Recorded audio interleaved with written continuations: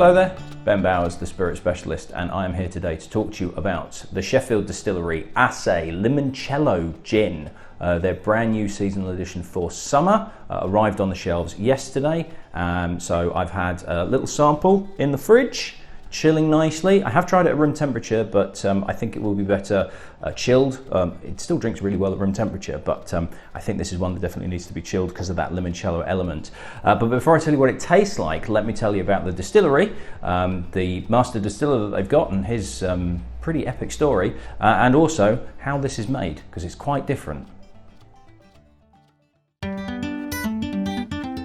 The Sheffield Distillery is based at the commercial pub in Chapeltown, just off Junction 35A of the M1 motorway. The pub itself has an incredible selection of whiskies and regularly hosts tasting events for their customers, but over the years discussions about making their own spirit solidified into converting a shipping container in the car park and installing a small still in 2017. Bar manager Paul Harrison and his small team spent a good deal of time up front researching distilling processes, ensuring they had a plan in place rather than going head on into production and learning on the go. Reading up on various technical aspects, such as the influences of where to take the cut, gave them a base to create high-quality vodkas and gins while continuing to make moves into eventually making whiskey. In May 2020, a freak accident caused ethanol to spray out of the still and ignite. As a result, Paul suffered third-degree burns and spent 2 weeks in an induced coma to recover. Amazingly, Paul is back up and running, although it will take up to 2 years for him to get back to full fitness.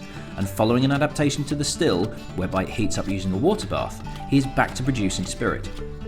The brand name Assay refers to 4 offices around the UK who are responsible for hallmarking precious metals. In other words, checking the quality and integrity of the metal and producing those little stamp marks you'll see on most of your jewellery. Sheffield is famous around the world for the quality of steel produced there, so the team contacted the Sheffield Assay office to request permission to use their word to indicate the quality of their spirit. In reference to this, you'll see hallmarks on the alcohol strength on the bottle. The Sheffield Distillery Limoncello Gin is produced by first making a limoncello liqueur using just the peels of 500 Sorrento lemons, which are macerated in a base spirit before a sugar solution is added to offset the sour notes. The limoncello liqueur is then redistilled with the distillery's botanical mix for their London Dry Gin, before bottling at 45% ABV.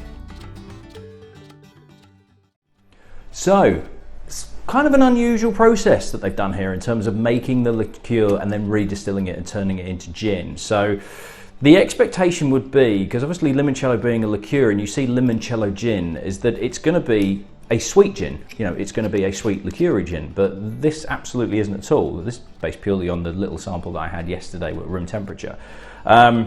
So without further ado, let's crack into this and let me tell you what this actually is tasting and nosing like. So on the nose, straight away, really fresh lemons. And to be honest, when I nosed this at room temperature, it didn't quite have that fresh citrusiness that it does have chilled.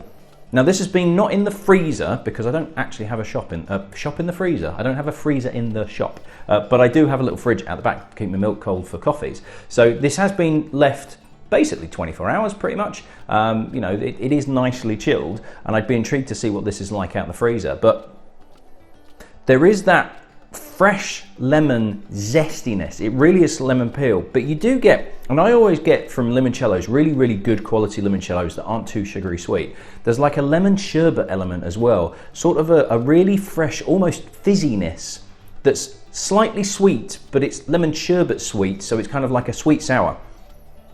And that really is on this nose as well. It's so fresh, it's so inviting, but it does give the impression it's going to be slightly sweet.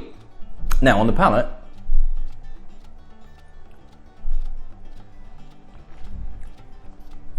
it's not a liqueur, it is gin. This is not limoncello gin liqueur, this is a limoncello gin. So you really do get a bite, but there's still this element of lemon sherbet in there. There is a lovely light sweetness in, but I would not call this a sweet gin.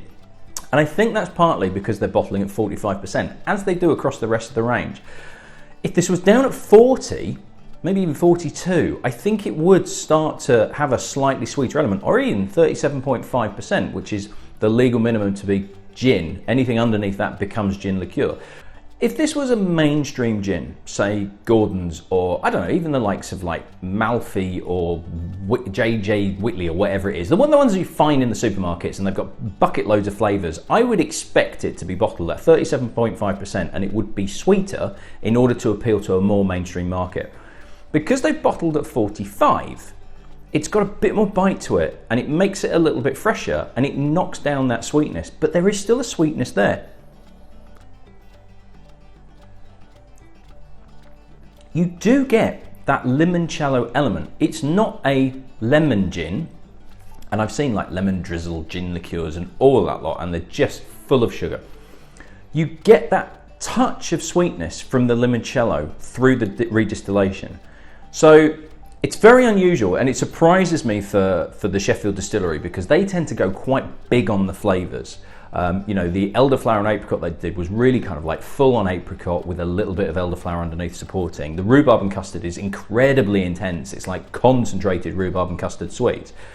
This, I was almost expecting them to go even more full on with that lemon effect, because, you know, they're proper Yorkshire people. They really go full on flavour. And actually, it's probably the most subtle of the seasonal edition. I hate using the term flavour gins because they're not flavour gins, but sort of that sit in their sort of flavoured profile as opposed to the standard gin and vodka that they do. But there is still bags going on. And this is probably, out of the range of sort of flavoury type gins that Sheffield Distillery do, the most approachable, almost as an introduction. It's so summery. I mean, it works absolutely brilliantly. And it's not just lemon that's coming through. You're sort of getting a slight orange peel, almost like orange oil, and I think that's because the base spirit that they use does give them a slightly richer texture, and that is helping with that limoncello feel. So if you were to have the Assay London Dry London Gin, whichever way around you want to put it, or any of the other gins that they do, there is a thicker mouthfeel to the gin that they have as their base spirit, and that then helps kind of accentuate the flavours that are there.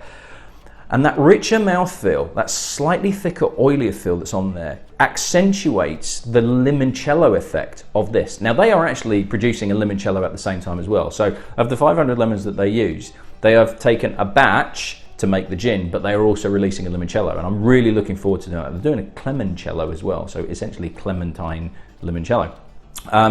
There are only 208 bottles of this, so they have literally done one run of it, and that's it. They've bottled that up. And get your hands on it, because if you like citrusy gins, I mean, I can imagine this, and everybody's going to say, oh, you know, tonic, it'll be absolutely ideal. No, soda water. Soda water with that slight sweet touch that this gin brings, and then bang a load of mint or basil, or even both, but a load of fresh mint, soda water, a good dash of this. That will be a fantastic long drink when it's really, really hot outside on a summer's evening. Basil will work as well. You know, lemon and basil is a classic combination. But literally, and as I say, I don't have a freezer in the shop, so I've not tried this as a limoncello. You kind of have to drink out the freezer. Yes, out the fridge, but out the freezer is absolutely perfect. And this, even though it's a gin, with that thickness, with that richness of the texture and that slight sweet sherbetiness, out the freezer just as a shot on its own, almost as an aperitif, is going to be absolutely perfect. It's so summery. It does work better chilled than at room temperature, what I would say. As this has got a little bit warmer in the glass, the sweetness of it, but that lighter touch is kind of going, not flabby, but the richness is coming through. So this definitely does need to be chilled, because at room temperature, it's just lacking a little bit of that zip and zing. But it's gorgeous. It's so summery. It's a brilliant seasonal edition because it screams sitting out in the garden or on a balcony or wherever, you know, with a nice kind of either super cold shot or as a long drink, just chilling out in the heat. It's fantastic stuff. They're doing some fantastic gins. The flavoured stuff that they do is absolutely brilliant, and it's natural. It's none of this kind of sugary sweet crap that a lot of other brands are bringing out. Superb stuff. It's available through our website as usual, www.spiritspecialist.com. I also have it in the shop.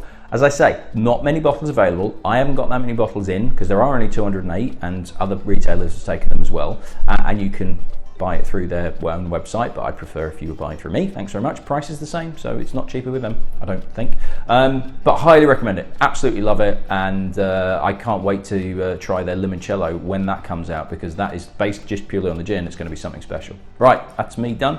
I shall see you in the next video. Cheers.